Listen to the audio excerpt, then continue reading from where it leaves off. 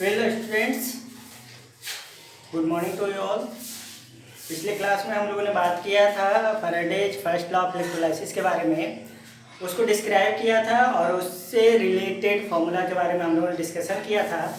और हमने कहा था कि नेक्स्ट क्लास में हम लोग इस लॉज से रिलेटेड न्यूमेरिकल्स के बारे में बात करने वाले हैं। तो चलिए आज हम लोग इस laws Faraday first law of electrolysis से रिलेटेड न्यूमेरिकल्स के बारे में बात करते हैं। चलिए न्यूमेरिकल्स को स्टार्ट करते हैं। हमारा फर्स्ट न्यूमेरिकल्स आपके बोर्ड पे नजर आ रहा है। क्या है न्यूमेरिकल्स को एक बार मैं रीड करता हूँ, देन आपको समझ में आएगा कि न्यूमेरिकल्स क्या क्या है। देखिए न्यूमेरिकल्स में लिखा है 0.25 ampere of current pass through the copper sulfate solution for 1 hour.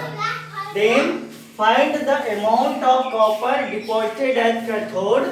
जहाँ आपको दिया हुआ है कॉपर का यहाँ पे एटॉमिक मास दिया हुआ है 63.57 एटॉमिक मास यूनिट और 1 फैराडे का वैल्यू आपको दिया हुआ है 96,500 कूलम। तो चलिए सॉल्यूशन की तरफ हम लोग चलते हैं।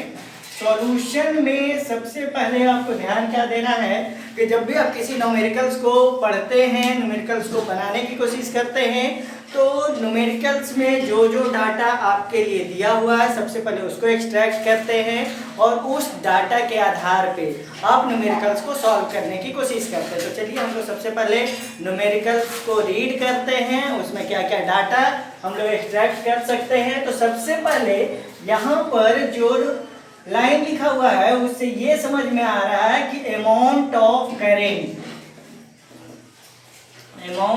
करेंट हमारे पास, जिसको कि I से डिनोट करते हैं, वो कितना है 0.25 एम्पियर। चलिए अमाउंट ऑफ करेंट पता चल गया 0.25 एम्पियर। अब बात है यहाँ पे pass through the copper sulphate solution for 1 hour, यानी कि टाइम हमारे पास दिया हुआ है कितना 1 आवर। और एक बात ध्यान हमेशा रखिएगा, जो भी टाइम आपके पास है उसको आप ऐसा यूनिट में कन्वर्ट करेंगे, दैट मीन्स 1 आवर को 1 × 60 आप क्या लिख देंगे, सेकेंड लिख देंगे। चलिए आपके पास सेकेंड मिल गया।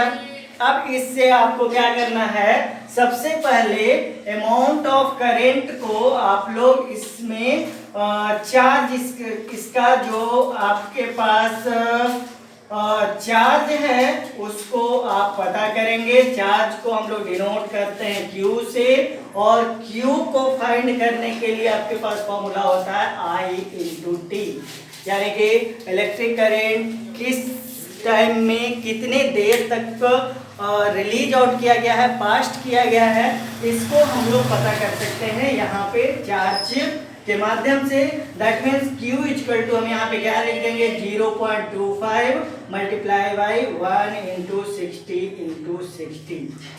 अब आप इसको अगर मल्टीप्लाई करेंगे तो करीब करीब आप यहाँ पे ध्यान देंगे, आपके पास जो चार्ज निकल के आएगा वो कितना आ जाएगा। अगर आप चाहें तो ऐसे लिख सकते हैं 25 डिवाइड बाई 100 मल्टीप्लाइड बाई 60 × 60, यहाँ से 10 10 10 10, टोटल आपके पास क्या आ गया 900 कूलम। चलिए आपके पास चार्ज मिल गया आपको 900 कूलम। आपको पता क्या करना है, amount of copper deposited at cathode, यानी कि आप लोग W कॉपर आपको क्या करना होता है, फाइंड करना होता है। ध्यान देना है, जब किसी इलेक्ट्रोलाइटिक सॉल्यूशन में आप इलेक्ट्रिसिटी पास आउट करते हैं तो उससे इलेक्ट्रोड पे डिपॉजिट होने वाले जो सब्सटेंस होते हैं, उस सब्सटेंस का हम लोग इक्विवेलेंट वेट पता करते हैं, एटॉमिक वेट नहीं पता करते हैं, क्योंकि आयंस जो हैं वो जब डिसोसिएट करते हैं तो वो एक से ज़्यादा इलेक्ट्रॉन्स को रिलीज आउट करते हैं, जिसकी वजह से उनका जो एटॉमिक वेट है वो चेंज हो जाता है। तो इसलिए हम लोग वहाँ पे इक्विवेलेंट वेट पता करते हैं। तो सबसे पहले यहाँ पे मैं बताऊँ आपको ये रिएक्शंस, ताकि आपको ये समझ में आए कि क्वेश्चन आपको कहना क्या चाह रहा है। आप देख सकते हैं आपके पास एक सेटअप है, इस सेटअप में आप ध्यान दीजिए, यहाँ पे पॉजिटिव चार्ज है, यहाँ पे नेगेटिव चार्ज है, ये आपका एनोड हो गया, यहाँ पे आपके पास कैथोड हो गया, और ध्यान देने वाली बात ये है कि इसमें सॉल्यूशन जो इलेक्ट्रोलाइटिक सॉल्यूशन है वो क्या है आपका, तो इलेक्ट्रोलाइटिक सॉल्यूशन है CuSO4, कॉपर सल्फेट सॉल्यूशन है। जब इससे इलेक्ट्रिसिटी पास आउट होगा तो आप ध्यान दीजिएगा, जब यहाँ पे इलेक्ट्रिसिटी आप पास आउट कर रहे हैं तो इलेक्ट्रिसिटी पास आउट होने के कंडीशंस में आपका यहाँ पर कॉपर सल्फेट जो है वो डिसोसिएट करेगा Cu2+ में और SO4 2- में, यानी Cu2+ हो गया, SO4 2- हो गया, और ये Cu2+ यहाँ से जाएगा कैथोड पे नेगेटिवली चार्ज इलेक्ट्रोड पे और यहाँ जाकर डिपॉजिट होगा। तो हमको यहाँ पता करना है amount of copper deposited in this condition. तो यहाँ पर हम आपको बता दें टोटल चार्ज जो फ्लो हो रहा है वो कितना चार्ज फ्लो हो रहा है, चार्ज 900 कूलम फ्लो हो रहा है। अब एक बात ध्यान देना है आपको यहाँ पे कि एट कैथोड किस तरह का रिएक्शन हो रहा है, अगर उसको हम लोग समझे तो Cu2+ में यह 2 इलेक्ट्रॉन यहाँ से एक्सेप्ट करेगा और 2 इलेक्ट्रॉन एक्सेप्ट करके कॉपर सॉलिड में कन्वर्ट करेगा। दैट मींस एक बार ध्यान देने वाली बात यहाँ पे है कि इसने 2 इलेक्ट्रॉन को एक्सेप्ट करके कॉपर सॉलिड में कन्वर्ट हुआ है।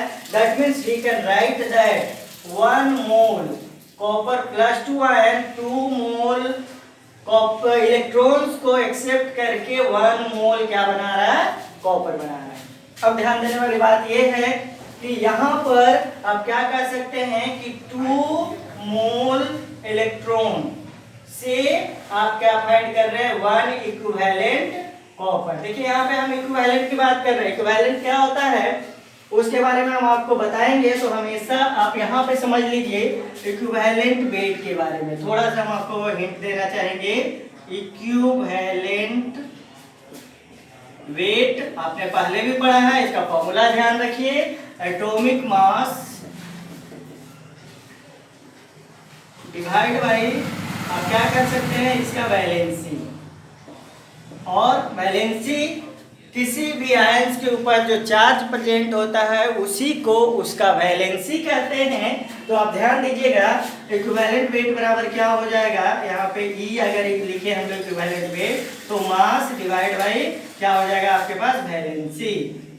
और अगर कॉपर की बात करें तो W कॉपर क्या हो जाएगा, आप यहाँ पे इक्विवेलेंट वेट ऑफ कॉपर की अगर बात करें तो यहाँ पर इक्विवेलेंट वेट ऑफ कॉपर का हम लोग पता अगर करें तो 63.57 आपके पास एटॉमिक मास दिया हुआ है, और कॉपर पे क्योंकि +2 चार्ज है इसलिए इसका वैलेंसी 2 हो जाएगा।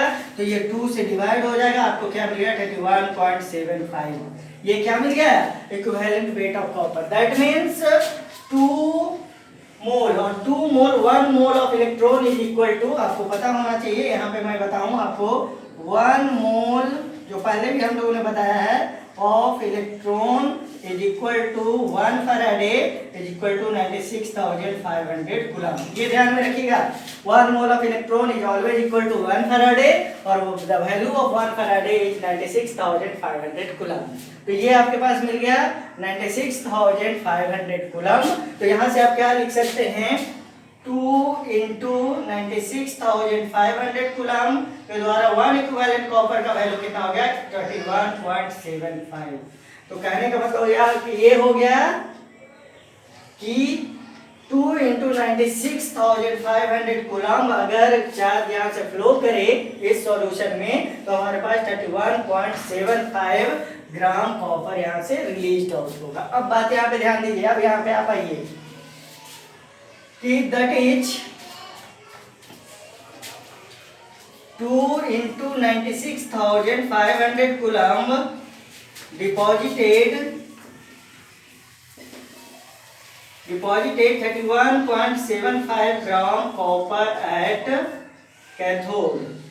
अब ध्यान दीजिएगा हम क्या कहने वाले हैं आपको, यहाँ पे ध्यान से इसको समझिए कि 2 into 96,500 कूलम जब हम लोग चार्ज फ्लो करेंगे इस सॉल्यूशन में तो इस कैथोड पे 31.75 ग्राम कॉपर डिपॉजिटेड होगा। तो अगर 1 कूलम यहाँ से रिलीज किया जाए तो क्या हो जाएगा 31.75 डिवाइड बाई 2 इंटू 96,500 कूलम। और क्वेश्चन में आपके पास टोटल कितना है 900 कूलम है, यानी कि आप इस सॉल्यूशन में 900 कूलम चार्ज फ्लो कर रहे हैं, तो उससे रिलीज होने वाले अमाउंट ऑफ कॉपर का वैल्यू हम पता करें तो कितना हो गया 900 कूलम। और जैसे ही आप 900 कूलम में आ जाएंगे 31.75 इंटू 900 डिवाइड बाई 2 इंटू 96500। और आप अगर इसको सॉल्व आउट करें तो ये कट हो जाएगा। अब बात इसको आप अच्छे से समझने की कोशिश कीजिए कि आप इसको कैसे सॉल्व आउट कर सकते हैं। तो चलिए आप पे छोड़ते हैं, इसको सॉल्व आउट कीजिए।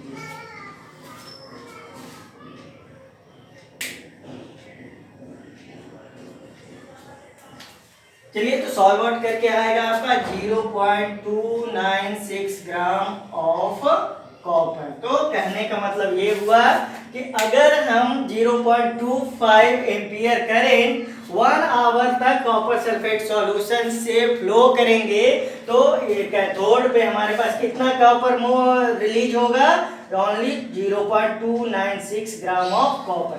तो चलिए आप इसको नोट डाउन कीजिए, हम लोग नेक्स्ट न्यूमेरिकल की तरफ आगे बढ़ते हैं।